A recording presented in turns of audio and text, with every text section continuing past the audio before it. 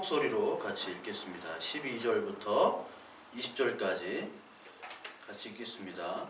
몸을 돌이켜 나에게 말하는 음성을 알아보려고 돌이킬 때 일곱 금 촛대를 보았는데 촛대 사이에 인자 같은 이가 발에 끌리는 옷을 입고 가슴에 금띠를 띠고 그의 머리와 털의 희기가 흰 양털 같고 눈 같으며 그의 눈은 불꽃 같고 그의 발은 풀무불에 단련한 빛난 주석 같고 그의 음성은 많은 물소리와 같으며 그의 오른손에 일곱 별이 있고 그의 입에는 좌우의 날선검이 나오고 그 얼굴은 해가 힘있게 비치는 것 같더라. 내가 볼 때 그의 발 앞에 엎드려져 죽은 자같이 되매 그가 오른손을 내게 얹고 이르시되 두려워하지 말라. 나는 처음이요 마지막이니 곧 살아있는 자라. 내가 전에 죽었었노라. 볼지어다 이제 세세토록 살아있어 사망과 음부의 열쇠를 가두노니 그러므로 내가 본 것과 지금 있는 일과 장차 될 일을 기록하라. 내가 본 것은 내 오른손의 일곱 별의 비밀과 또 일곱 금촛대라. 일곱 별은 일곱 교회의 사자요 일곱 촛대는 일곱 교회니라. 지난주에 인자까지 좀 하다가 말았죠. 인자라는 단어를 썼습니다. 그래서 인자가 여기서 뭐 사람의 아들 해가지고 사람은 안드로포스라고 그랬죠. 그리고 아들이라는 건 히오스 해가지고 히오스 안드로포스라는 그 헬라어를 쓰면서 사람의 아들이라고 그랬는데 그 사람의 아들이 무슨 뜻이라고 그랬습니까? 기억 안 나시죠? 예. 구원을 위한 하나님의 계시를 주시는 자, 그리고 어디까지 했냐면 심판자라고 해서 요한복음을 계속 말씀을 드렸잖아요. 그리고 세 번째로 하늘로 들러 높여져서 영광을 받으시는 분, 이게 바로 인자라고 그랬죠. 그래서 요한복음 3장 13절부터 14절의 말씀을 드렸죠. 우리 요한복음 한번 볼까요? 복습하는 겸 해서 요한복음 3장 13절 13절부터요 14절까지 13절 14절 하면 하늘에서 내려온 자 곧 인자 외에는 하늘에 올라간 자가 없느니라. 자, 여기서 보니까 인자만이 하늘에서 내려온 자고 하늘로 또 올라간 자가 없다고 그래요. 인자가. 인자라는 거는 사람의 아들이라고 얘기를 하지만 그 사람의 아들이라는 것은 하나님을 대리한 어떻게 보면 초월적인 심판자면서 천상적인 존재를 가리키는 그 용어라고 얘기를 드렸잖아요. 인자가 바로 예수 그리스도를 얘기하는 건데 하늘에서 내려온 자가 바로 인자다. 그래서 14절에 모세가 광야에서 뱀을 든 것 같이 인자도 들려야 하리니 이는 그를 믿는 자마다 영생을 얻게 하려 하심이라. 그러니까 누구를 믿어야 되냐면 인자를 믿어야 되는데요. 이 인자가 한 일이 뭐냐? 모세가 광야에서 뱀을 든 것 같이 내가 들려야 된다. 이 말씀은 여러분 예수 그리스도께서 십자가에 죽는다는 말씀이죠. 인자가 들려야 된다. 그러니까 이게 바로 하나님의 영광을 얘기하는 거라고 했어요. 영광. 하나님의 영광. 여러분 영광이라는 것은 뭐 영화배우 시상식 때 오늘 대종상 영화제 하나? 뭐 하여튼 그런데 영화 시상식 때 하나님께 영광을 돌립니다. 할 때 영광이 그 영광이 아니라고 그랬죠. 성경에서의 영광은 하나밖에 없습니다. 영광은 하나님의 그 형태가 나타나는 거예요. 영광이란 뜻은 하나님에게만 쓰는 단어라고 그랬잖아요. 하나님에게만 쓰는 단어이기 때문에 하나님이 어떻게 나타나느냐? 우리가 하나님 못 보잖아요. 하나님이 뭐 어떤 분인지 설명을 못 합니다. 그래서 하나님이 볼 수 있는, 우리가 볼 수 있는 분으로 오시는 게 바로 예수 그리스도예요. 예수 그리스도. 그 예수 그리스도가 바로 하나님의 영광입니다. 근데 하나님의 영광의 클라이막스는 뭐냐면 뭐 볼 것도 없이 십자가죠. 십자가에서 어떻게 하신 게 영광이에요? 죽은 게 영광이에요. 죽은 게. 근데 동시에 어떻게 하세요? 다시 살아나신 게. 살아나신 게 바로 이것 자체가 영광입니다. 요것만 영광이면 안 돼요. 요것도 영광이지만 여기까지 같이 영광입니다. 아니 죽었다가 어떻게 살아납니까 인간이? 못 살아나죠? 그러니까 영광이란 단어는 인간에게 쓸 수가 없는 단어예요. 인간은 죄된 존재고 죄의 결과물이 죽음이니까요. 누구만 할 수 있다? 인자만이 할 수 있다. 그래서 이 영광을 그렇게 얘기하는 거예요. 요한복음 8장 한번 볼까요? 요한복음 8장에 이 내용이 영광이 나타납니다. 8장 28절 한번 보겠습니다. 8장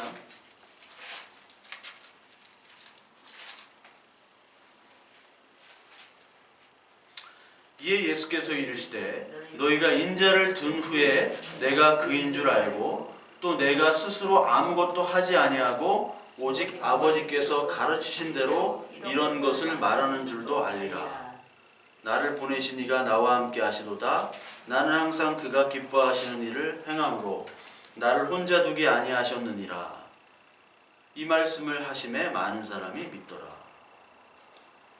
예수님께서 뭐라고 얘기하시면 인자, 나를 든 후에라는 것은 십자가에 못 박아 죽임당한 후에 내가 그인 줄을 안다. 실제로 그랬죠. 예수 그리스도가 십자가에 못 박혀 죽을 때 뭐 예수 그리스도인 줄 알았다가 십자가에 못 박혀 죽는 장면을 보고 많은 사람들이 떠났잖아요. 많은 사람들이 떠났습니다.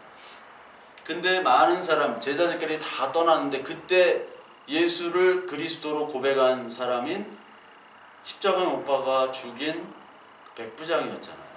아, 진짜 이 사람이 하나님의 아들이구나. 인자임을 고백한 유일한 사람이 바로 그 사람이 예수를 십자가로 박은 사람이에요. 그래서 여러분들 신앙이라는 것은 굉장히 아이러니합니다. 여러분들과 제가 어떠한 형편인지 몰라요. 근데 다 하나님이 부름받은 형편들이 다 다르잖아요. 제가 부름받은 게 다르고 여러분들이 언제 어떻게 하나님께서 이렇게 인도해 가지고 하나님의 자녀가 됐는지를 우리 개인으로는 모릅니다. 근데 하나님께서 다 알고 계시잖아요. 알고 계시는데 그게 어떻게 부름받았는가 가만히 보면 이게 굉장히 신비로운 거예요. 이게 신비로운 거. 백부장이 어떻게 하나님의 아들을 고백할 수 있겠어요? 조선시대, 그러니까 이제 한국 교회사에서 볼 때 어떻게 한국에 1871년도에 제너럴 셔먼호를 타고 토마스 선교사라는 분이 이제 영국 사람인데 미국 군함을 타고 와가지고 쪽지로 된 복음을 뿌리고 죽었잖아요. 뿌리고 죽었습니다. 뭐 예수 믿어라 이렇게도 얘기 안 했어요. 그냥 창에 찔린 다음에 죽으면서 그냥 여기 있는 거를 그냥 버리고 죽은 거예요. 자기 있는. 그때는 뭐 이런 성경책이 없으니까. 근데 그때 예수를 믿은 사람이 그 토마스 선교사를 서양 귀신을 전해러 왔다고 해서 죽인 거 아니에요. 죽였는데 불태우고 제너럴 셔먼호를 죽인, 창으로 찔러 죽인 박춘곤이라는 사람이 그거를 종이니까, 종이가 얼마나 귀합니까? 그거 가지고 뭐 문풍지도 하고 벽지도 하고 천장에도 붙이고 그거 하다가 예수를 믿은 사람이에요. 한글 성경으로 가져온 거죠. 한글 쪽지로 가져온 거죠. 토마스 선교사도 원래 인도 선교를 하려고 하다가 중국 선교로 또 돌아갔거든요. 근데 부인이랑 왔다가 부인이 죽었어요.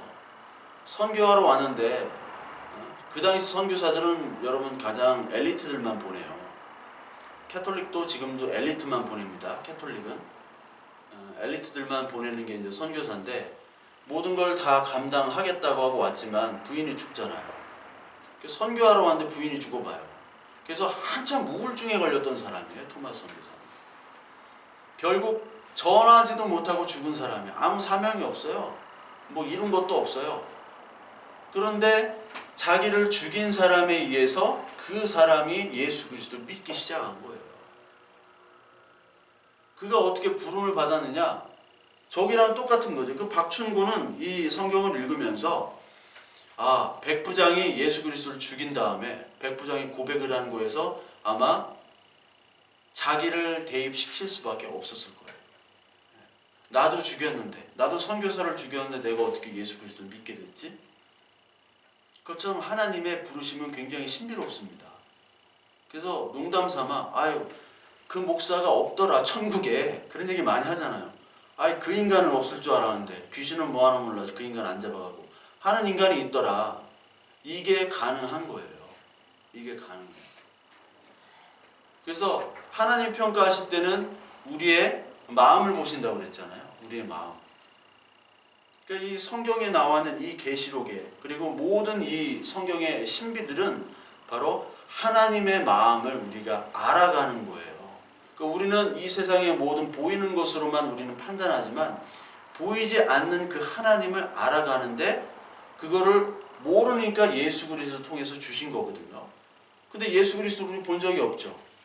그래서 오늘 계시의 완성을 통해서 하나님이 성령께서 우리에게 계속해서 말씀을 하고 계시는 겁니다. 그 말씀을 해서 적으라고 하는 게 요한에게 지금 계속 명령을 하시는 거예요. 오늘 계속 명령을 또 하고 또 하고. 그 하나님, 바로 예수 그리스도가 바로 인자, 십자가에 죽는 인자고, 그게 영광의 주다라는 거죠. 그리고 이 인자라는 단어는 또 어떤 데 쓰냐면요, 생명의 빵을 주시는 게 바로 인자입니다. 생명의 빵. 요한복음 12장 한번 볼게요. 생명의 빵 전에 우리가 영광이라는 단어를 그 인자 쓸 때 또 하나가 있는데, 그 12장 23절에 보니까 예수께서 대답하여 이르시되 인자가 영광을 얻을 때가 왔도다라는 말씀이 있죠. 인자가 영광을 얻을 때가 왔도다. 내가 진실로 진실로 너에게 이르노니 한 알의 밀이 땅에 떨어져 죽지 아니하면 한 알 그대로 있고 죽으면 많은 열매를 맺느니라. 영광을 맺을 때가 언제입니까? 내가 죽어서 한 알의 밀알로 떨어져 죽어서 많은 열매를 맺기 위함, 그것이 바로 십자가의 죽으심이죠. 그때가 영광이라는 거예요. 그 영광을 하나님께 영광을 돌립니다, 이거는 틀린 말이라고 그랬잖아요. 하나님 감사합니다 이렇게 쓰시면 돼요. 여러분들 직장이나 어떤 때 가면 또 하나님 영광을 돌립니다 이게 아니라 그냥 감사합니다 하시면 되는 거예요. 그래서 하나님께서 이 인자라는 표현, 그리고 그 예수 그리스도의 인자라는 표현과 예수 그리스도께서 나는 뭐다라고 이렇게 얘기를 하세요. 나는 생명의 떡이다, 그리고 나는 빛이다, 이렇게 나는 무엇이다 라고 얘기하실 때 있죠, 예수님이. 이거는 출애굽기 3장 14절에 모세가 묻잖아요. 하나님을 뭐라고 소개를 해야 됩니까? 할 때 나는 스스로 있는 자라고 여기 성경은 나오지만 나는 나다라고 얘기하는 거예요. 나는 나다. 이게 에고에임이라고 합니다. 에고. 요즘에 이렇게 손이 떨리는지 모르겠어요. 큰일 손이 떨려 요즘.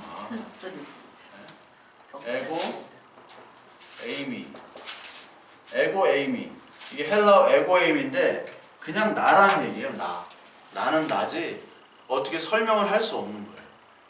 그러니까 여러분들 누구를 할 때 나는 뭘 했고 뭐를 했고 어떤 감투를 쓰고 막 이렇게 얘기를 하잖아요. 근데 감투가 많은 사람들일수록 다 헛거예요. 네, 다 가짜인 거예요. 그러니까 이력서 같은 것도 보면 쭉 얘기하잖아요. 한 20개씩 써와. 그럼 저는 찢어버립니다. 네, 찢어버려요. 제가 찢은 적은 없지만 대통령이 이력서가 없잖아요. 대통령이 명함 가지고 다니는 거 봤습니까? 아니잖아요.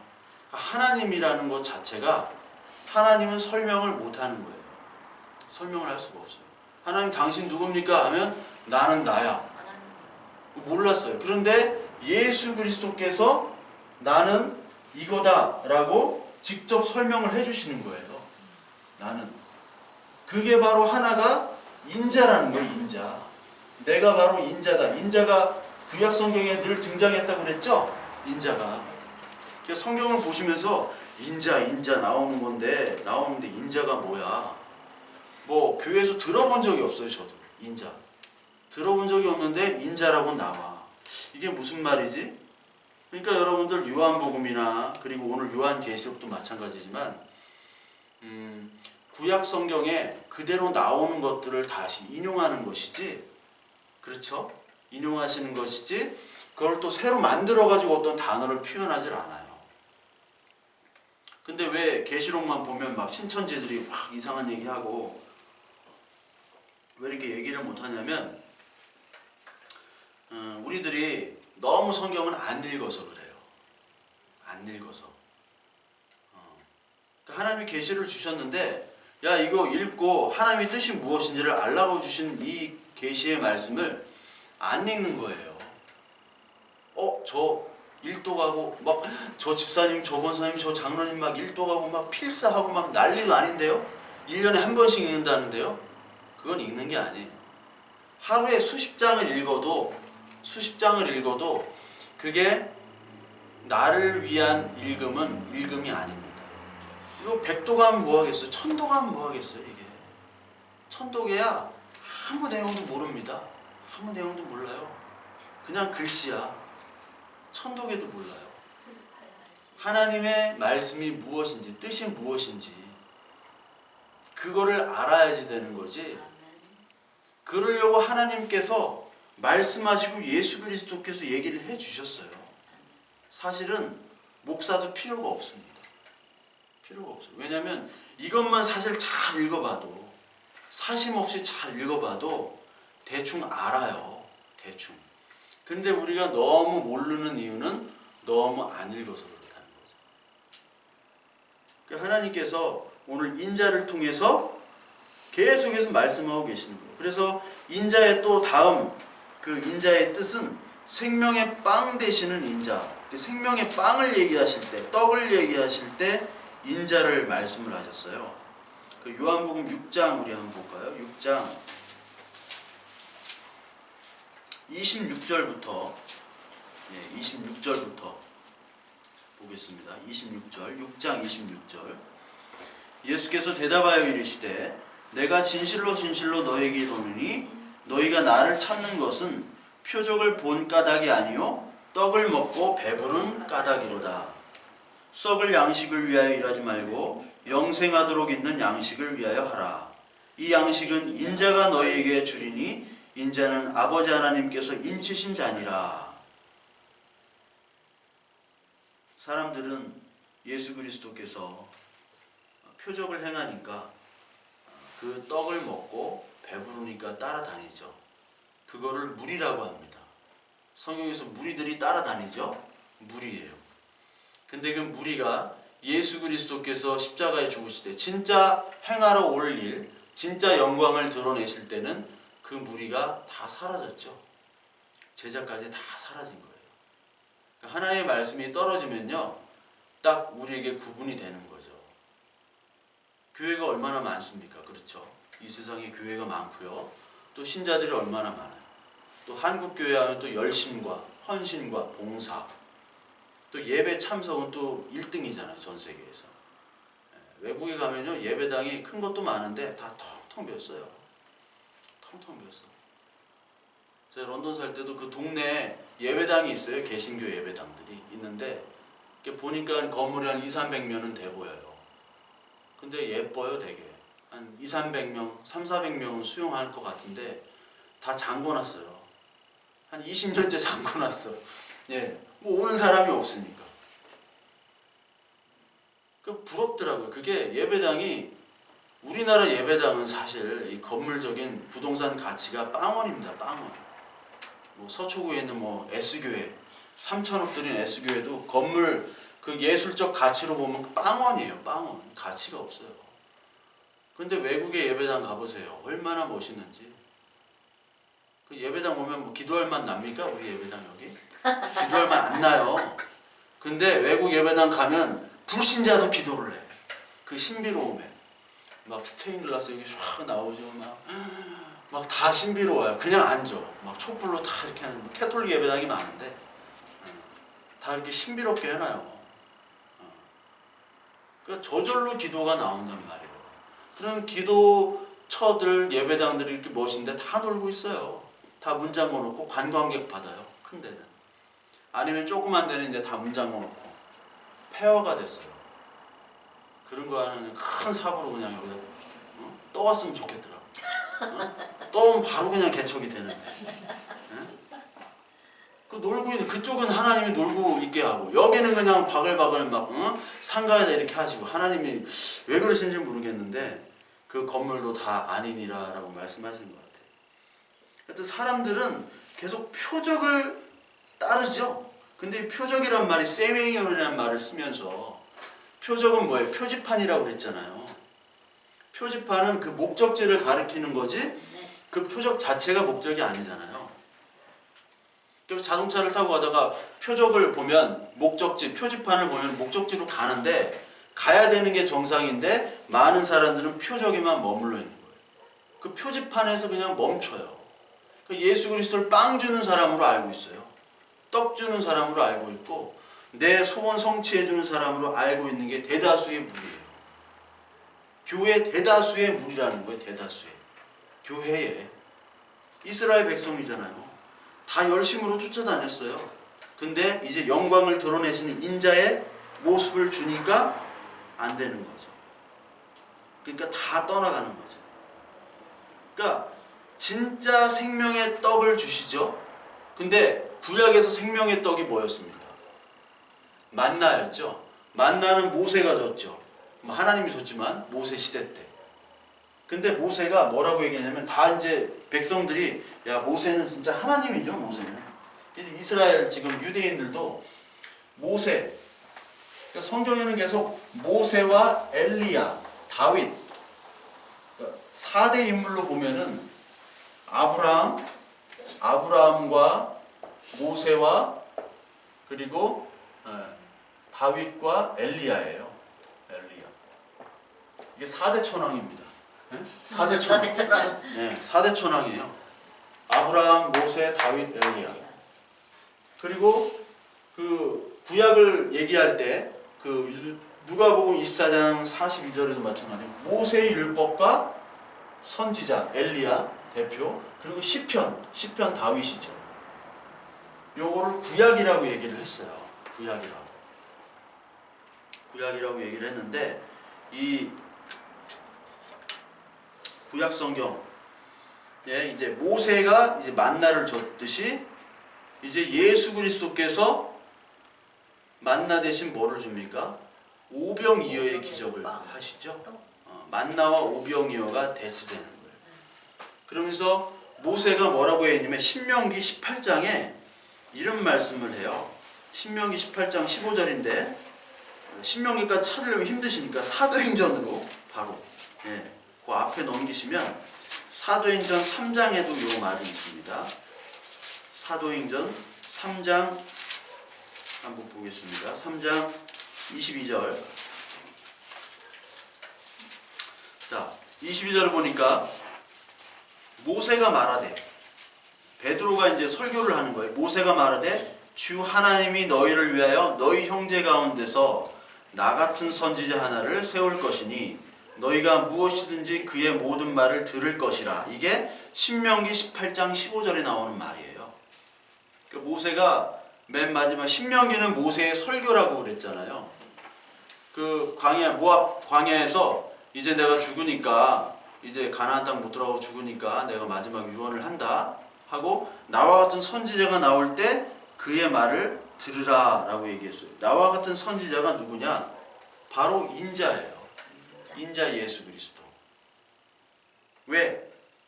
나같이 같이 있었을 때 광야에서 만나를 먹었듯이 진짜 만나. 이제 나는 그거 만나를 먹어도 너희들이 다 죽었지만 진짜 먹고 죽지 아니하는 그 만나 생명의 떡을 주시는 예수 그리스도가 바로 그 선지자라는 거예요.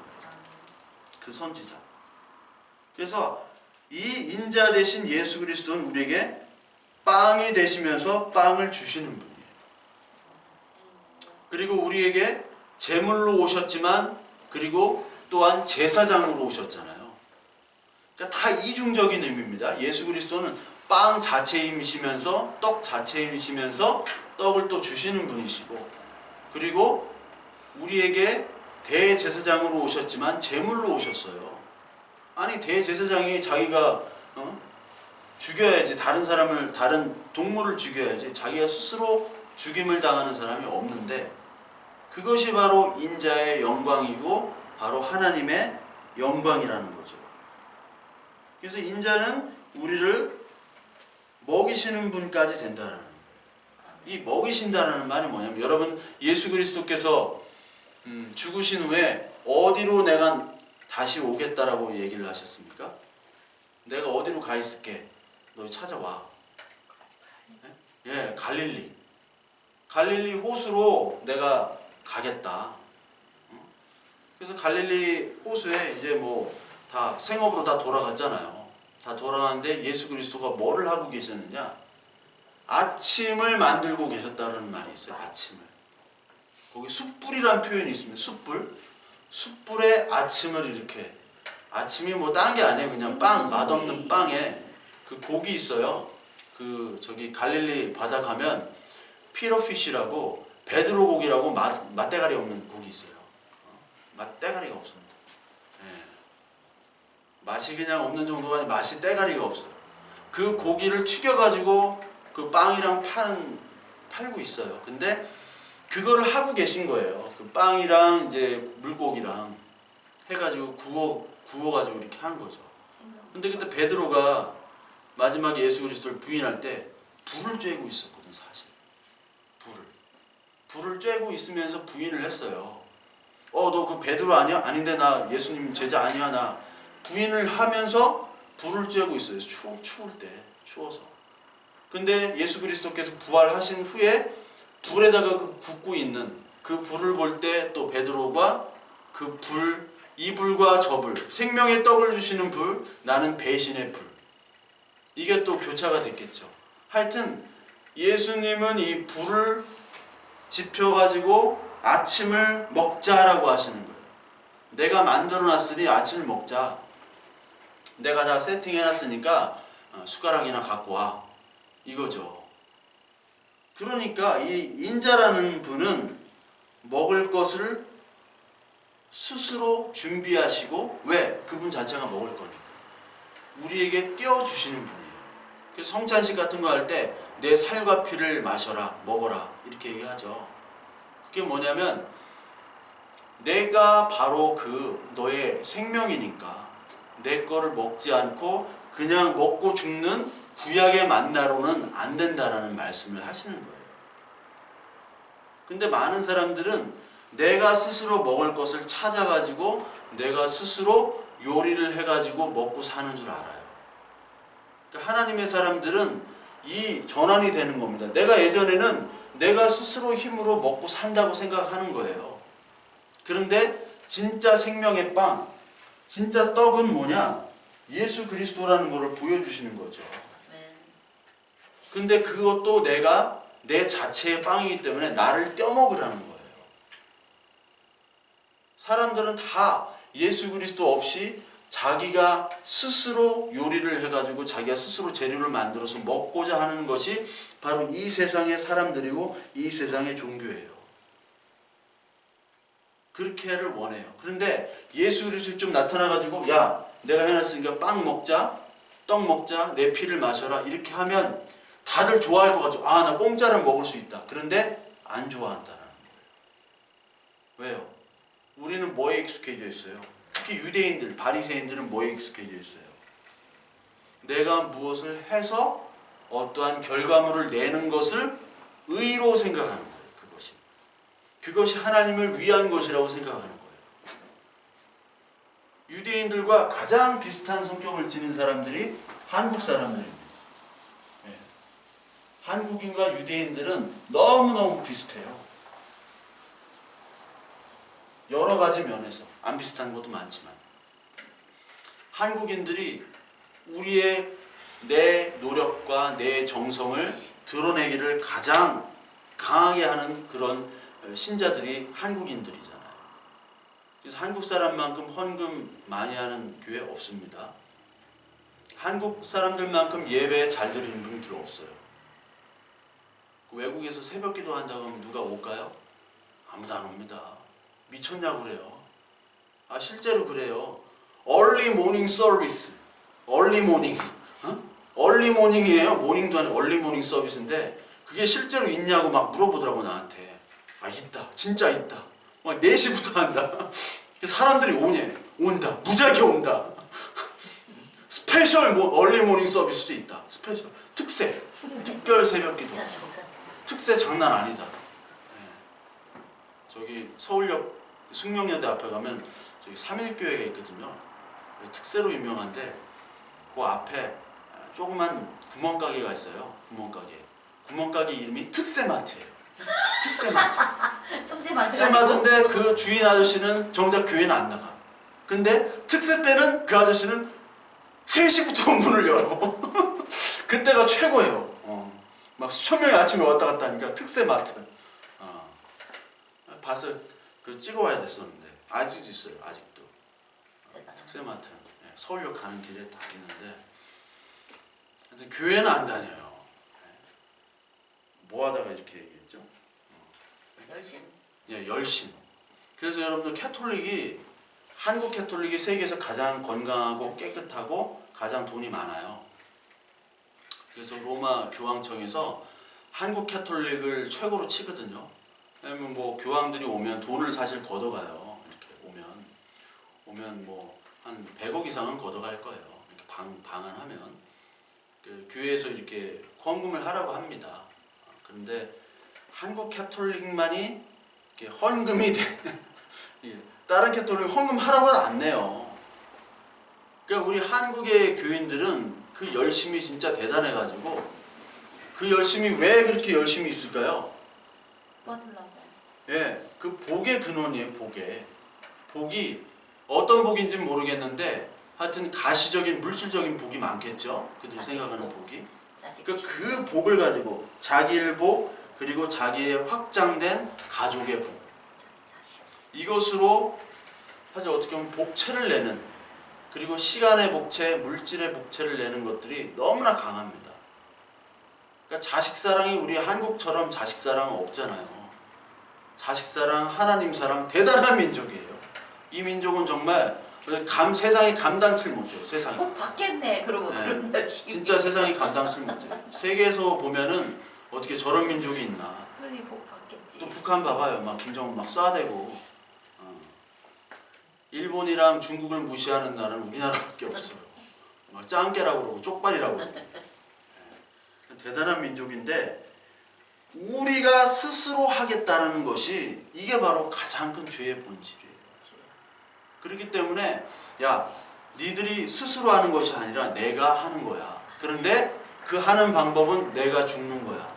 내가 죽는 예수 그리스도 그 인자 영광을 받고 내가 죽어야지 너에게 빵을 주고 내 하나의 미랄이 떨어져야지 너희들에게 다 많은 열매를 맺는 그 인자를 너희는 믿느냐 할 때는 다 떠나는 거예요. 다 떠나는 겁니다. 그러니까 우리의 믿음의 특징은 하나님의 말씀이 진짜 말씀이 임할 때는 우리는 다 떠나게 되어 있어요. 저와 여러분들도 다 떠나게 되어 있습니다. 그런데 못 떠나도록 하나님이 붙잡고 계시는 거예요. 그래서 예수님께서 그 겟세마네에서 얘기하시는 전에 내 잔을 너희들이 마실 수 있느냐. 요한복음 8장에 21절에 내 잔은 너희들이 마실 수 있느냐. 너희들은 마실 수 없다. 내가 가는 곳을 너희들은 알지 못한다. 왜? 나는 위에서 왔고 너희들은 아래에서 왔다. 그 위에 있는 그 하나님의 축복을 아래에 있는 사람들이 알지 못하는 거예요. 오늘 계시록을 얘기할 때 오늘 계시록은 계속해서 위와 아래를 계속 얘기합니다. 위, 아래, 위, 아래를 계속 하는 거예요. 진짜 농담인 것 같죠? 농담한 게 아니에요. 제가 요한계시록 2장 3장은 7교회죠. 7교회 그렇죠. 7교회잖아요. 요한계시록 2장 3장 7교회에 대한 책망이세요. 그런데 4장이 뭐예요? 4장 하늘의 예배잖아요. 하늘의 예배. 그러니까 요한계시록이 이 땅의 것들을 보여주시고 그리고 이 위의 것들을 동시에 보여주신다는 것을 얘기하는 거예요. 이 땅의 교회의 모습과 하늘의 교회의 모습을 동시에 이렇게 보여주고 계시는 게 바로 하나님의 음성이고 인자의 목소리예요. 그 왜 2장 3장 이 현실의 교회를 보여주시다가 왜 4장 5장을 왜 그 하늘의 예배를 보여주시느냐? 실체가 어떤 거예요? 실체가 2장 3장은 이게 지상 현실입니다. 현실 교회예요. 현실 교회. 그런데 4장은 진짜 실체 교회입니다. 실체. 지난주에도 플라톤 얘기하면서 이데아하고 이 땅하고 얘기를 드렸잖아요. 이 땅의 모든 것들은 거짓말이고 이 위의 것이 진짜 실체라고 하는 것들을 보여주시는 거죠. 구약의 모든 것들은 예수 그리스도의 그림자잖아요. 그렇죠? 그림자고 예수 그리스도께서 오셨으니까 그 실체잖아요. 마찬가지로 이 위의 모습들을 보여주면서 4장 이게 진짜의 교회의 모습이야. 진짜. 너 이 땅에서 지상의 현실 교회 얼마나 어렵습니까? 여러분과 저가 다 하나하나가 교회잖아요. 하나하나가 교회인데 교회로서 사는 게 쉽지만은 않죠. 쉽지만은 않습니다. 진짜 하나님 말씀대로 산다면은 진짜 어려운 거예요. 왜? 유혹과 시험이 너무 많기 때문에. 청년들이 교회에 나온다? 청년들이 교회에 그냥 나오는 게 아니라 하나님의 말씀, 하나님 뜻대로 정말 살고 싶어서 나온다 하면은 그렇게만 해야 돼 하면은 나올 사람 없습니다. 우리 교회 청년들이 다 남자잖아요. 지금 뭐 어디 해외로도 가고 서울로도 가고 뿔뿔이 흩어졌지만 신앙생활이 힘들어요. 왜 힘들겠어요? 여자 청년들이 없다는 거예요. 신앙생활이 힘들어요. 너무 교회 오기 힘듭니다. 정말 너무 고난입니다. 여자 청년이 없다는 거예요. 우리 처음 시작할 때 여자 청년들이 많았거든. 근데 여자 청년은 다 떠나가고 남자들만 남았어. 그러니까 신앙생활이 힘든 거예요. 그들의 시련은 여자예요. 여자. 그러니까 이게 힘든 거야. 근데 그 힘든 이 지상의 현실에서 지금 4장의 현실의 모습들을 보여주고 계시는 거예요. 야, 나는 그거 이해하기 어려워. 그게 이해를 하기 어렵죠, 당연히. 근데 그게 이해가 되려면 이제 육신의 것들이 이제 완전히 다 깎여져야 되는 거예요. 성형외과 돌려깎기가 아니라 이제 다 이제 깎여지고 벗겨지고 다 이제 하나님 앞에서 그것들이 다 깎여져 나갈 때 이제 실체의 교회를 볼 수가 있는 거예요. 내가 얼마나 하나님의 자녀로 언약으로 택함 받은 지상이 아니라 하나님이 지금 축복해 주시고 있는 그 교회구나라는 그때 깨닫는 거예요. 그 전까지는 우리가 깨닫기가 힘든 거죠. 그래서 너희들은 지금 이미 복을 받은 자들이야. 아멘. 그래서 나와 함께하고 내가 붙잡고 있으니까 그래도 좀 힘내자 아멘. 하면서 여기를 보여주시면서 예수 그리스도께서 까는 거야. 또 지상 현실 교회를 계속 까대잖아요. 예수님이 야 이놈의 새끼야 이거 못하고 이거 뭐고 계속 7교회를 얘기하셨잖아요. 근데 왜 까실까요? 왜 그렇게 얘기하실까요? 예언서를 보세요. 예언서, 선지서 특징이 뭡니까? 특징이 까는 거예요. 계속 비판이야, 비판. 아니 이거 읽다 보면요, 여러분들 뭐 예레미야, 이사야, 예레미야, 뭐 에스겔 읽으면요 우울증 걸려요.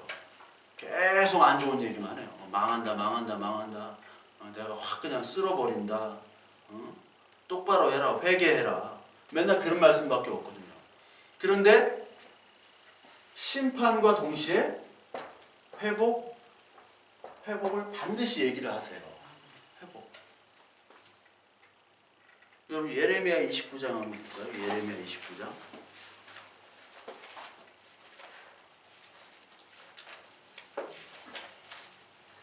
예레미야 29장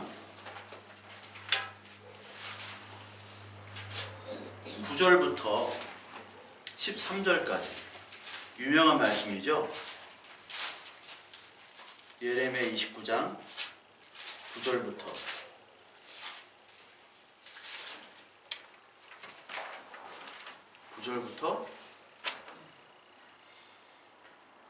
13장 같이 한번 읽겠습니다. 여호와께서 이와 같이 말씀하시느니라. 9절 내가 그들을 보내지 아니하였어도 그들이 내 이름으로 거짓을 예언함이라. 여호와의 말씀이니라. 여호와께서 이와 같이 말씀하시니라. 바벨론에서 70년이 차면 내가 너희를 돌보고 나의 선한 말을 너희에게 성취하여 너희를 이곳으로 돌아오게 하리라. 여호와의 말씀이니라. 너희를 향한 나의 생각은 내가 하나니 평안이요 재앙이 아니라 너희에게 미래와 희망을 주는 것이니라. 너희가 내게 부르짖으며 내가 와서 기도하면 내가 너희들의 기도를 들을 것이요 너희가 온 마음으로 나를 구하면 나를 찾을 것이요 나를 만나리라. 하나님의 이 징계의 말씀은 뭐를 위한 거냐면 평안이고 재앙이 아니라 미래와 희망을 주는 거라고 분명히 말씀을 하고 계세요. 근데 예레미야 빼고는 다 가짜 선지자였잖아요. 가짜 선지자들은 사람들이 듣기 좋아하는 정치적인 말을 합니다. 정치적인 언어들을 하는 거예요. 그래야지 자기들은 먹고 사는 거니까. 그러니까 예레미야는 내가 말을 못하겠다고 계속 하나님께 거부하잖아요. 모세도 그랬죠? 모세도 이제 못하겠어요. 엘리야도 못해먹겠다고, 요나도 못해먹겠다고, 다 못해먹겠다고 하는 사람들이 선지자예요. 왜? 그렇게 하면 힘들고 죽으니까. 뭐 월급이 있습니까? 뭐 핍박만 하고 돈도 안 줘. 거짓 선지자들은 월급도 막 착착착 쌓여요, 막. 응? 그 재테크하고 얼마나 좋아. 근데 이제 참 선지자는 월급은커녕 쫓겨다니면서 돌아다녀야 돼요. 목사님이요. 뭐 바울도 그렇고 뭐 다 그렇잖아요. 목사님이요. 다. 쫓겨는 안 다니. 예, 쫓겨는 안 다닙니다. 이게 바로 미래와 희망이에요. 근데 우리는 뭐만 딱 주냐면 여기 평안이라는 단어만 딱 떼요. 그리고 12절 13절 부르짖으며 기도하면 다 듣는데 막 만난대 찾는데 뭘 만나고 뭘 찾으라는 거예요. 하나님이 너희가 회개를 하면 내가 너희들의 아버지 하나님이라는 것을 그거를 깨닫도록 부르짖으라는 거지. 아멘. 여기 부르짖고 찾으라 기도를 들을 것을 이것만 가지고 새벽 기도 해가지고 이거 해가지고 뭘 부르짖어요?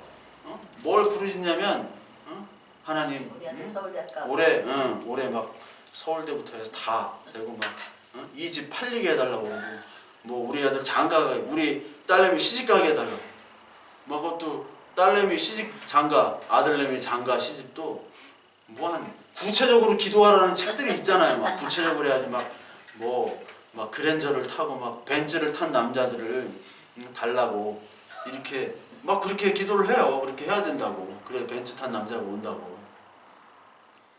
그러니까 그런 거 간증도 있잖아요. 막 차가 큰 차 가진 남자랑 결혼하게 해달라고 막 기도했더니 트럭 기사랑 이렇게 이럴 줄 알았으면 벤츠 탄 남자랑 이렇게 했으면 하나님이 들어주셨을 거라고.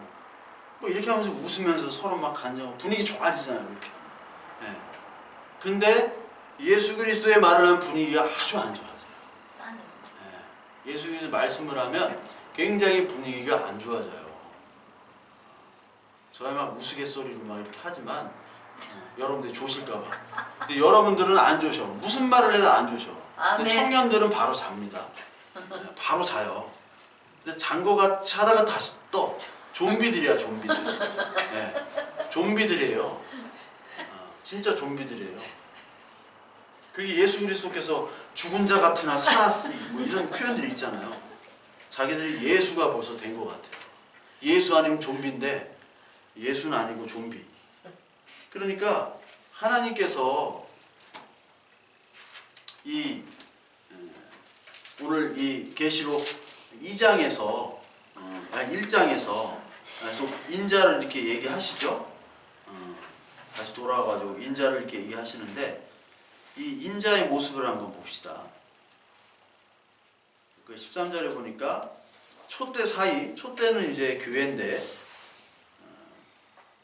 교회라는 말이 20절에 나오죠. 일곱 촛대는 일곱 교인이라.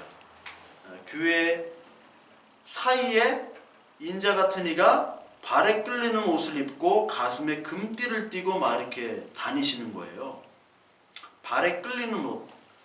여러분 그 종들은 짧은 옷을 입죠. 종들은 이제 일을 해야 되니까 짧은 옷을 입는데 긴 옷을 입는 사람들은 옛날에 이제 왕들이나 고위 관직들, 특히 이제 제사장이 긴 옷을 입었잖아요. 성소에서는 우리 교회는 취임새가 너무 많아. 네, 성소에서는 이제 저기 그 긴 옷을 입고 지성소로 들어갈 때는 이제 홀딱 벗지는 않고요. 이게 네, 거의 속옷 같은 것만 입고 가는 거죠. 하나님 만나려면 다 벗고 가는 거예요. 그러니까 성경을 만난다, 성경 말씀을 듣는다는 거는 우리의 모습들, 더러운 모습들도 다 까발려지는 거예요. 성경이라는 것은. 네. 성령께서 죄에 대하여, 의에 대하여, 심판에 대하여 우리에게 말씀하시는 영으로 오시는 거거든요. 이 성경을 통해서. 그래서 이제 이 제사장이 성소 때는 이제 긴 그 옷을 입고 다니고 가슴에 금띠를 띠고, 이 제사장 복장이 출애굽기에 2번 나와요. 출애굽기 28장하고 39절에 나옵니다. 이 2번에 나온 이유는 바로 뭐냐면 중요하기 때문에 2번이나 나오는 거죠. 중요하기 때문에 2번이나 나오는 거예요. 출애굽기 28장 39절에 보니까 제사장 복장에 금으로 된 띠를 떼요. 근데 그 실이 금실이고 뭐 청실, 홍실, 그리고 가는 뭐 꼰실, 꼰배실, 그런 표현을 해가지고 이 띠를 뜨는 거예요. 금으로 된 띠, 여러 가지 색으로 그 띠를 떼었고, 가슴에는 흉패란 걸 제사장이 달았죠. 흉패. 거기에 12개의 보석이 있죠. 12개의 보석은 12지파를 상징하는 거고, 12지파는 우리 이스라엘 교회를 상징하는 거니까. 그렇게 제사장의 복장을 하고 있는 거예요. 그러니까 이 인자는 바로 대제사장 예수 그리스도를 상징하는 거죠. 그리고 그의 머리와 털의 희기가 흰 양털 같고 눈 같으며, 그의 눈은 불꽃 같고 그의 발은 풀무불에 단련한 빛난 주석 같고, 그의 음성은 많은 물소리 같으며, 무슨 얘기인지 모르겠지만 하여튼 이런 표현들이 있죠. 그런데 요한계시록 2장에 똑같은 표현이 있어요. 2장 18절 한번 보겠습니다. 2장 18절, 두아디라 교회에게 보내는 말씀, 두아디라 교회의 사자에게 편지하라. 그 눈이 불꽃 같고, 그렇죠? 그 발이 빛난 주석과 같은 하나님의 아들이 이르시되. 여기 딱 설명이 나오죠.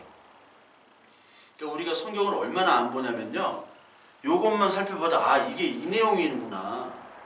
근데 성경을 안 보니까 이게 무슨 내용이냐고 넘어가는 거예요. 그러니까 앞뒤로 전후 문맥만 봐도 성경이 어느 정도 이해가 되거든요. 이 분이 누구래요? 하나님의 아들이래요. 아멘. 예수 그리스도 인자. 아멘. 예수 그리스도 인자. 하나님의 아들. 그러니까 하나님의 아들, 막 성령님. 여러분 삼위일체라는 거 있죠? 근데 삼위일체를 다 잘못 이해를 하시는 것 같더라고요. 그래서 제 일산에 사시는 분이 저한테 이제 전화로 많이 질문들을 질문하시는데, 그분도 이제 삼위일체에 대해서 내가 설명을 해드렸더니, 삼위일체가 자기나 자기 교회나 또 우리 목사님들이 다 잘못 알고 있었다고, 자기 집 멘붕이 왔다고. 나중에 좀 설명을 드릴게요. 삼위일체가 이게 하나님이 3명인지 3분인지, 한 분인데 왔다 갔다 막 예수 했다가 막 위로 올라갔다가 막 성령 내려왔다가 이렇게 바쁜 건지 뭔지 나중에 설명을 좀 드릴게요. 지금 하면 너무 이제 시간이 많이 들고, 이게 벌써 7시간인가 그러는데 1장을 못 나갔어요. 진도가 1장을 못 나갔어. 여러분들이 졸까봐. 요 표현들이 어디에 있냐면 다니엘서 10장에 있어요. 다니엘서 10장. 다니엘서 10장으로 한번 보겠습니다. 10장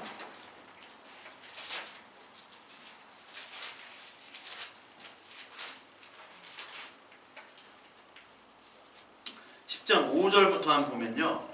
이 다니엘서 10장과 계시록 1장의 모습과 내용은 똑같아요. 그래서 그 칠판 한번 잠깐 보시면요. 다니엘서 10장 그리고요. 계시록 1장이 같아요. 이 둘 다 계시를 받고 있습니다. 계시가 하나는 누구에게 오냐면 다니엘에게 오죠. 다니엘에게 계시가 와요. 이때 다니엘은 어느 시대냐면 페르시아 포로예요. 페르시아. 근데 여기는 누가 지금 계시를 받아요? 요한이 받죠. 지금 어디의 식민지예요? 로마의 식민지입니다. 도미티아누스 황제 치하에 있는 로마의 식민지. 둘 다 지금 받고 있어요. 계시를. 근데 내용이 똑같아요.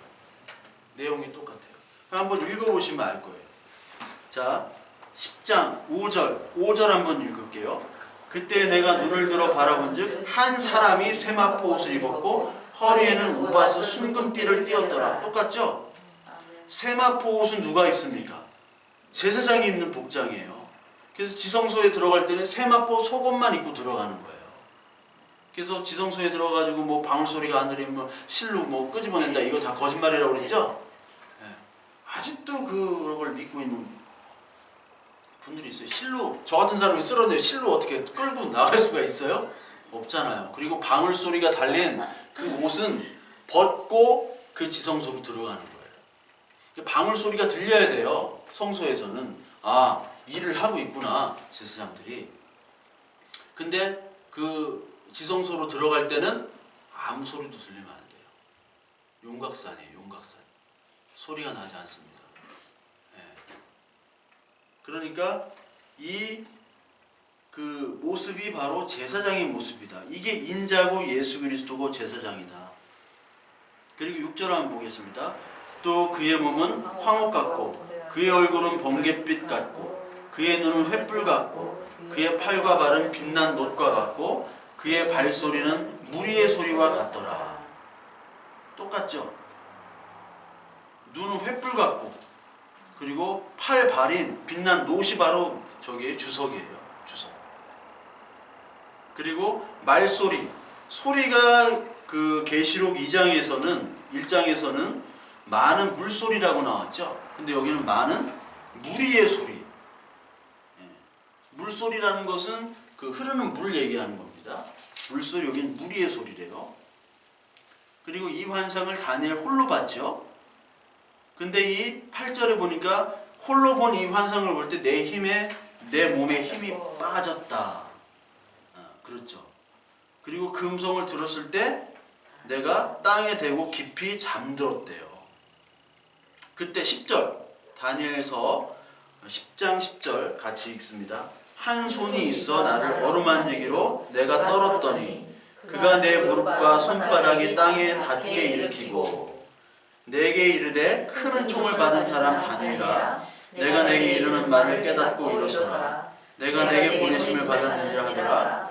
그가 내게 이 말을 한 후에 내가 떨며 일어나니 12절 그가 내게 이르되 다니엘아 두려워하지 말라. 내가 깨달으려 하여 내 하나님 앞에 스스로 겸비하게 하기로 결심하던 첫날부터 내 말이 응답받았으므로 내가 내 말로 말미암아 왔느니라.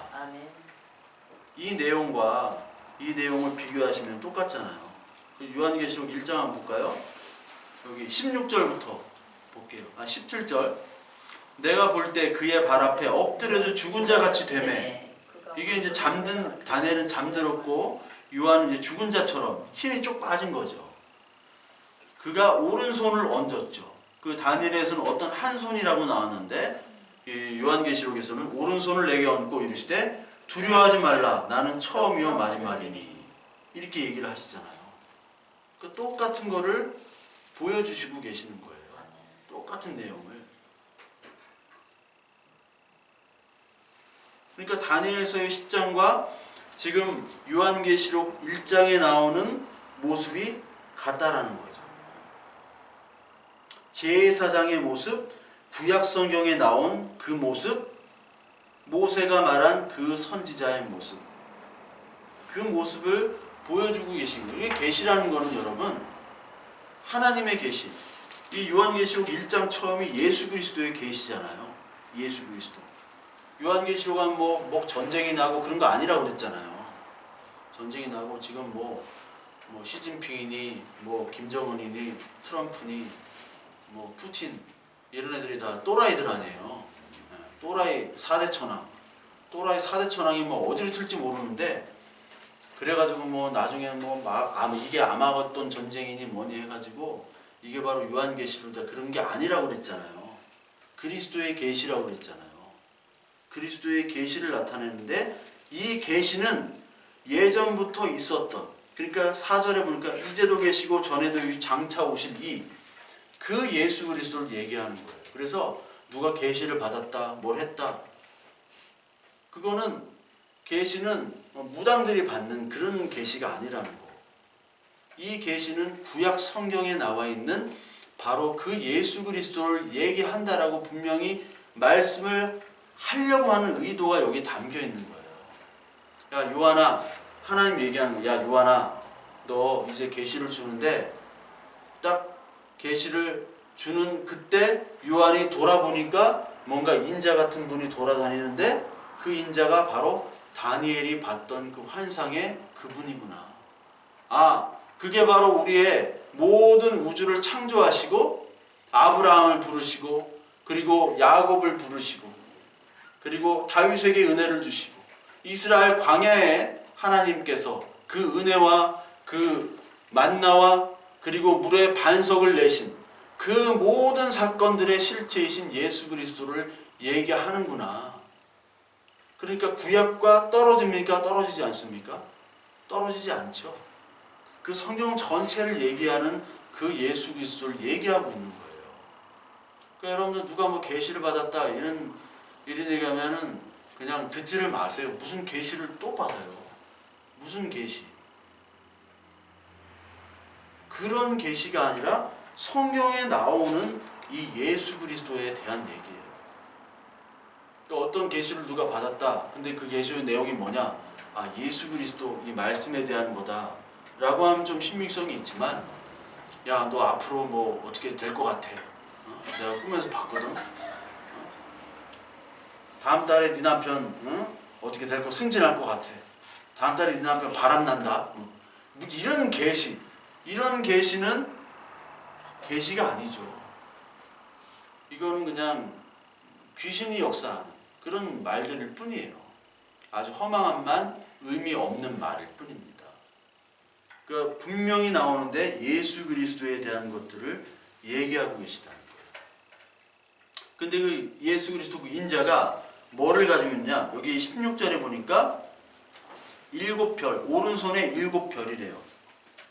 여기 뭐 음성이 많은 물소리를 또 얘기해야 되는데 많은 물소리는 좀 다음에 얘기할게요. 물이라는 것들에 대해서 좀 설명을 해야 되고, 여기 보니까 오른손에 7별이 있고요. 그리고 입에서 좌우에 날선검이, 한번 생각을 해보세요. 7별을 딱 갖고 있어. 근데 입에서 검이 나와요. 이게 이상하죠? 광선검도 아닌데 날선검. 그 검은 이제 날이 양인 게 검이고 도는 날이 이제 하나인 게 도죠. 예. 검이 나오고 그 얼굴은 해가 힘있게 비치는 것 같더라. 여기 7별. 7별이라는 게 뭐죠? 별. 여기 20절 볼게요. 7별은 7교회의 사자다. 그렇죠. 사자다. 7별. 그 7교회의 사자라고 하는데, 사실 예전에는 7교회의 사자라고 하면은 교회 목사님들 뭐 이런 분들을 얘기한다고 많이들 했는데, 뭐 저는 그렇게 보진 않아요. 왜냐면 목사만이 사자가 아니기 때문에. 맨날 뭐 기도할 때 우리 오늘도 예배 시간에 오늘 선포하는 말씀, 오늘 사자 목사님께서 이렇게 선포하실 때 뭐 은혜를 주시고 뭐 이렇게 대표 기도할 때 이렇게 하시잖아요. 대표기도 할 때 다 같이 눈 감고 기도하겠습니다. 여기서 다 꺼내시잖아요. A4지 딱 꺼내가지고 이렇게 돋보기 딱 뜨시고 이렇게. 사자가 목사가 사자가 아닌 거예요. 여러분들 한 명 한 명이 다 교회인데 그 교회를 사실 얘기하는 거예요. 이게 사자가. 이 사자가 그 원래 헬라어 말로는 앙겔로스, 에인젤입니다. 천사예요. 교회의 천사다. 이게 천사라는 말이 사실은 우리가 천사보다 더한 존재로 히브리를 얘기하는 히브리서에는 사실 그 일곱 교회의 사자라는 것은 우리 한 명 한 명을 사실 다 얘기하는 거예요. 목사만 이렇게 하는 게 아니고 우리가 다 목사예요. 목사라는 직분은 초대교회에 없다고 그랬잖아요. 원래 우리가 이제 만들어낸 거지. 그러니까 여러분들도 원래는 목사인 거예요. 교사인 거고 감독이고 뭐 장로고 다 같은 말이거든요. 집사도 같은 말입니다. 목사, 교사, 장로, 집사, 감독 이런 말들이 있어요. 디모데 전서에 나오는데 그런 역할들이 다 똑같은 역할이에요. 그러니까 저와 여러분들을 얘기하고 있다. 일곱 교회의 사자라는 것은. 근데 이 일곱 교회의 사자를 딱 붙잡고 있고요. 그리고 좌우에 날선검이 나와요. 날선검. 여러분 날선검 하면 뭐가 생각납니까? 검. 말씀이 생각나죠? 에베소 6장 17절에 보면 성령의 검, 곧 하나님의 말씀을 가지라 라고 나옵니다. 6장 17절. 그러니까 구원의 투구와 성령의 검, 곧 하나님의 말씀을 가지라. 그러니까 성령의 검이라는 것은 바로 하나님의 말씀을 얘기하는 거죠. 그래서 히브리서 4장 12절에 그 말씀을 가지고 어떻게 되느냐? 검처럼 쪼개진다고 그러잖아요. 우리의 혼과 영과 관절 골수를 다 쪼개는 게 바로 성령의 검 말씀이다.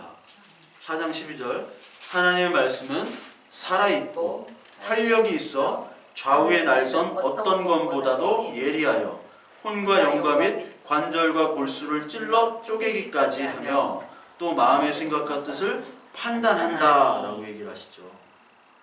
그러니까 하나님께서 오늘 그 입에서 말씀이 나온다는 거예요.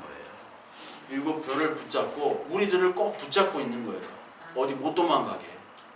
저 여러분들이 막 도망가고 싶어도 못 도망가서 이렇게 있는 거 아니에요. 저도 막 계속 빙빙빙빙 돌다가 결국 여기 왔어요. 제가 여기 초등학교 나왔거든요. 여기 유성초등학교 나왔어요. 전교 어린이 회장 출신입니다. 예. 저한테 맞던 애들 여기 많이 있을 텐데 지금은 뭐 얼굴이 바뀌어가지고 맞게 생겼어. 예. 걔들은 저를 알아도 저는 걔들을 모르죠. 예. 다 맞던 애들이기 때문에. 근데 결국 돌고 해가지고 이 동네에서 제가 여기 살았거든요. 이 동네. 지금도 지금 길 건너가면 그 집이 있어요. 우리가 살던 집. 왜 여기에 다시 이렇게 돌아가가지고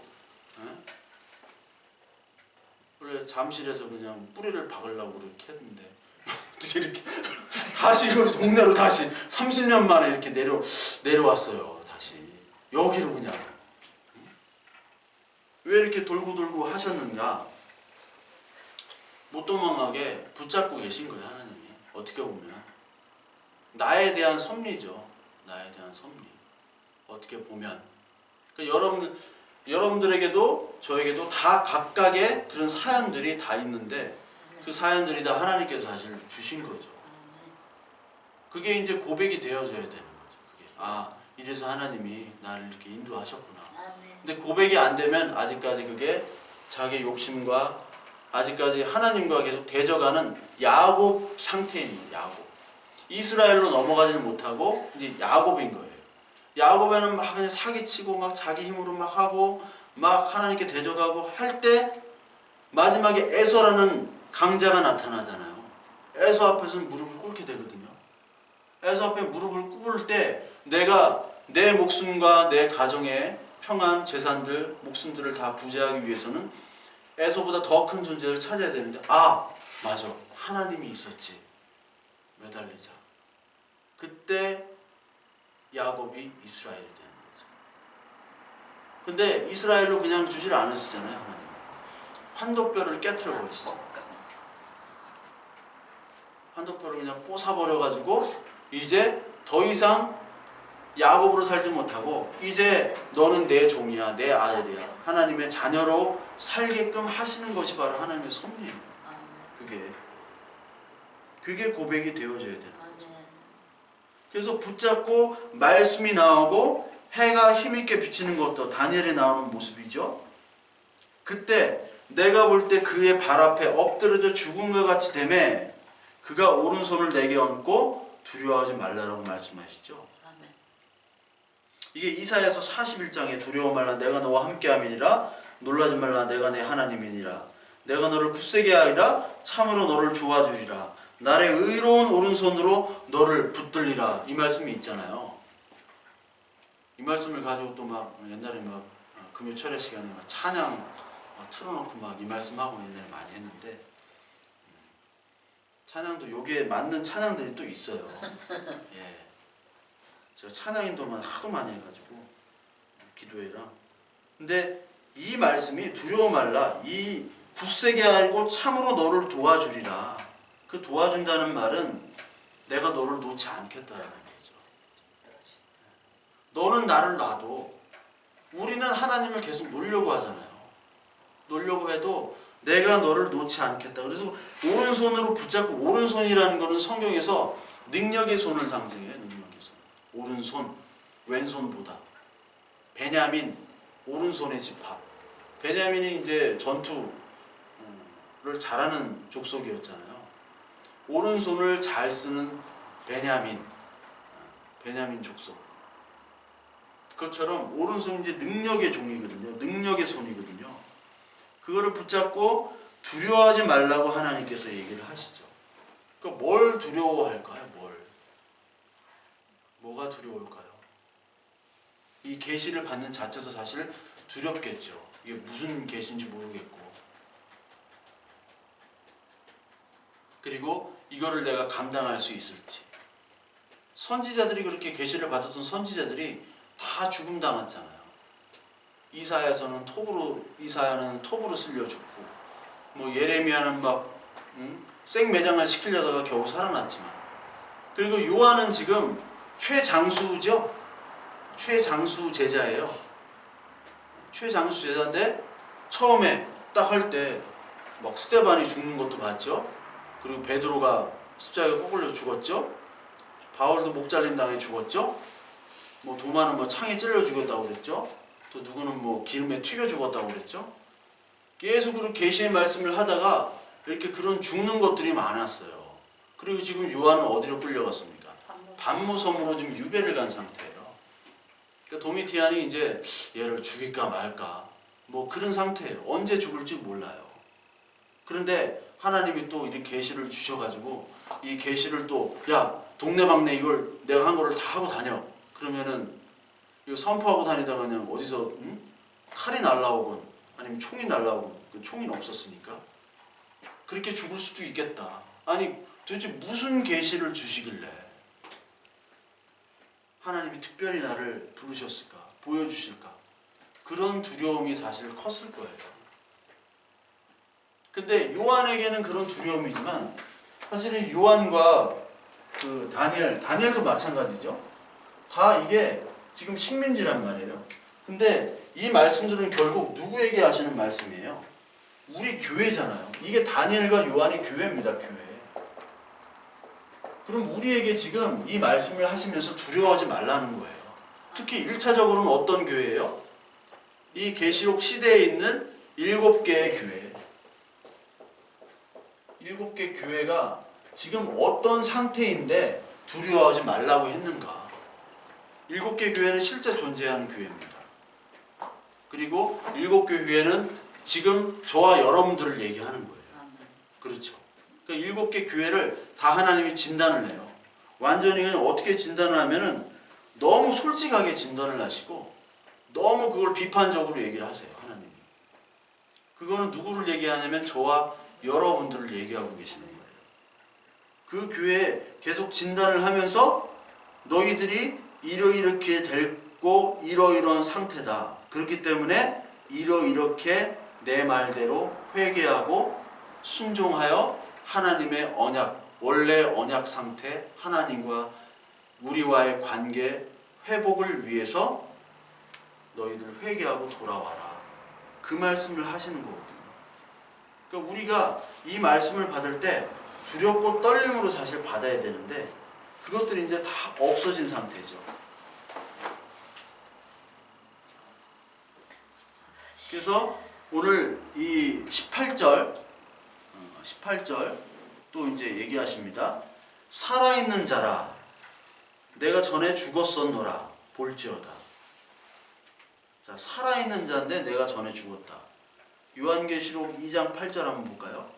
서머나 교회의 사자에게 편지하라. 처음이며 마지막이요 죽었다가 살아나신 이가 이르시되. 이렇게 얘기하죠. 똑같죠. 두려워하지 말라 하면서 처음이요 마지막인데 내가 전에 죽었다. 그런데 이제 세세토록 살아있다. 사망과 음부의 열쇠를 가졌다. 그러니까 내가 심판의 키를 내가 가지고 있다. 근데 내가 옛날엔 죽었다가 살았다.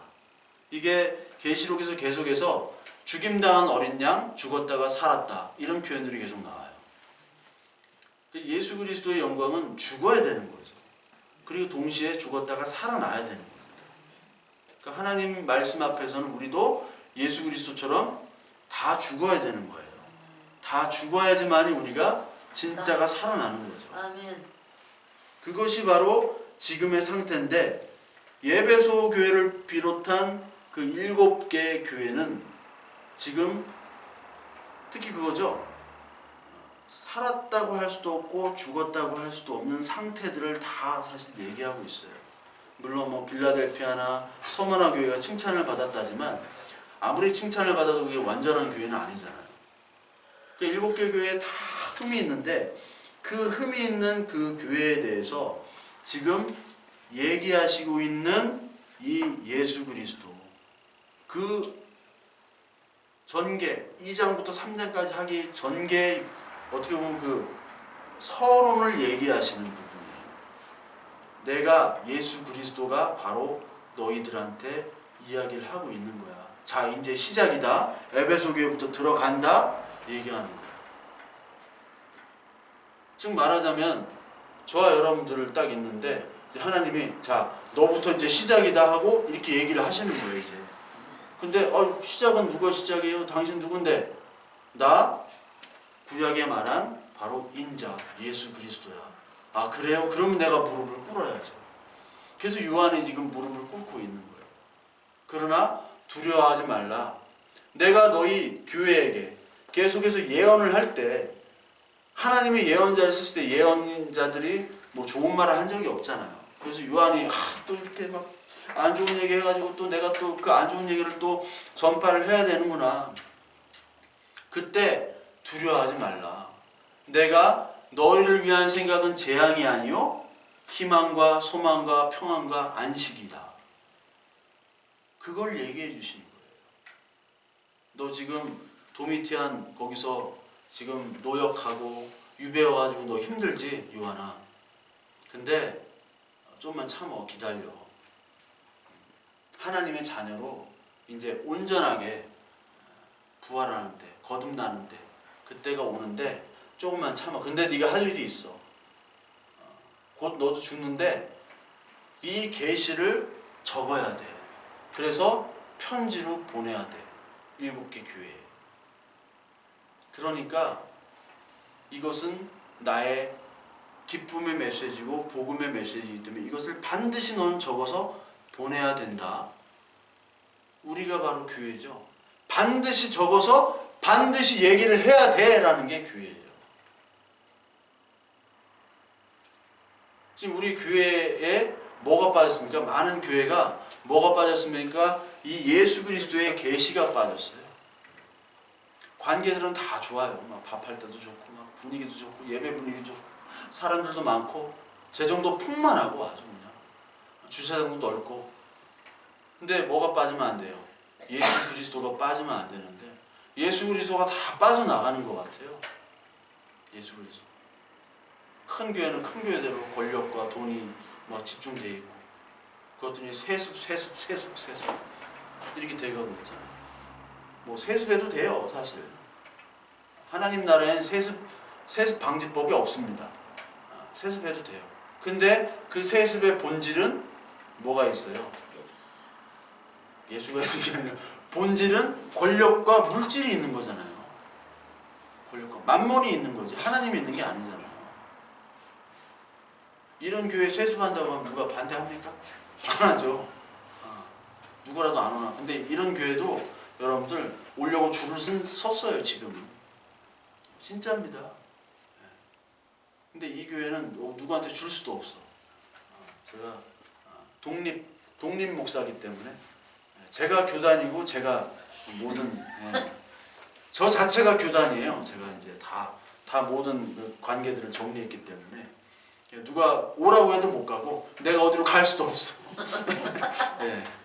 제가 회장입니다. 그냥 회장이고 사장이고 머슴이고 다.